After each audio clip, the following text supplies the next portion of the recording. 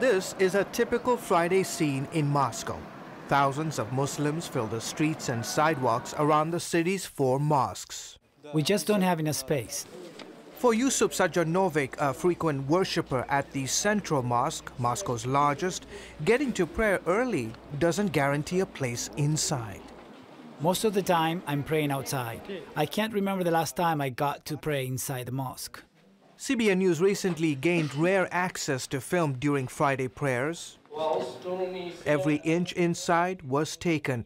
The Central Mosque can only hold 800 people, but thousands visit the site each week, forcing worshippers to spill into the hallways, offices, then the courtyard, and eventually onto sidewalks and side streets of nearby neighborhoods. Friday is the most important day for Muslims to pray, and that's why I come, despite the lack of room. The mosque is undergoing major renovations now to allow more people to gather for prayers. The argument the Muslims make is that there just aren't enough places to worship. Here in the city of Moscow, there are only 4 mosques for some 2 million Muslims. The imam of the mosque, Ildar Ayudinov, declined our request for an interview, but he told Moscow's Metro Daily newspaper that unless the situation changes, Muslims in the city may end up praying in Russian churches. He added, quote, "We would rather avoid this extreme measure." His brother, Shamil Ayudinov, is also a prominent Islamic leader here, and he did talk to CBN News. The problem is that we're fighting a perception issue in Russian society about Muslims. Most people associate such places of worship with terrorism, so people get angry when we talk about building new mosques. And that pushback was on display late last year when plans were drawn up to convert the sprawling park into a massive new mosque that would hold 5,000 people.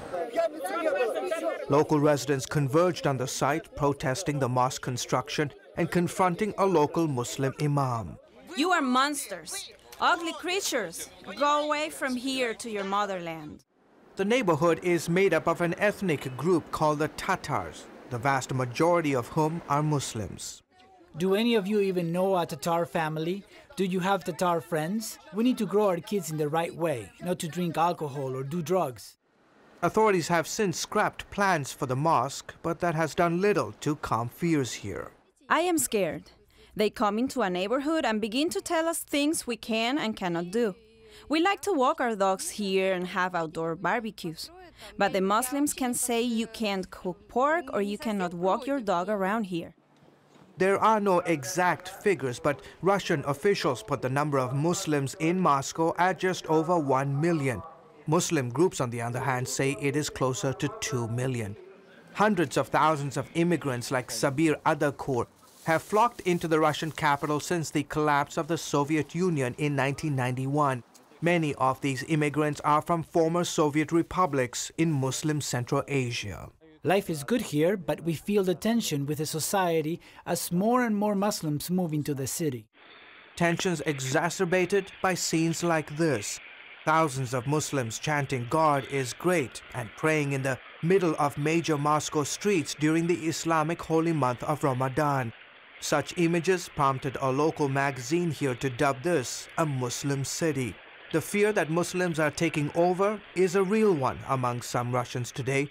But Imam Ayudinov says despite the challenges facing Muslims in Russia, it is up to him and others in the community to convince people otherwise.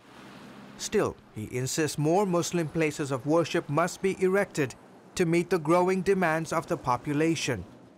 Imam Ildar Ayudinov told a French news agency recently, quote, "We are asking and even demanding that there be a mosque in every borough, ideally in every neighborhood." George Thomas, CBN News in Moscow.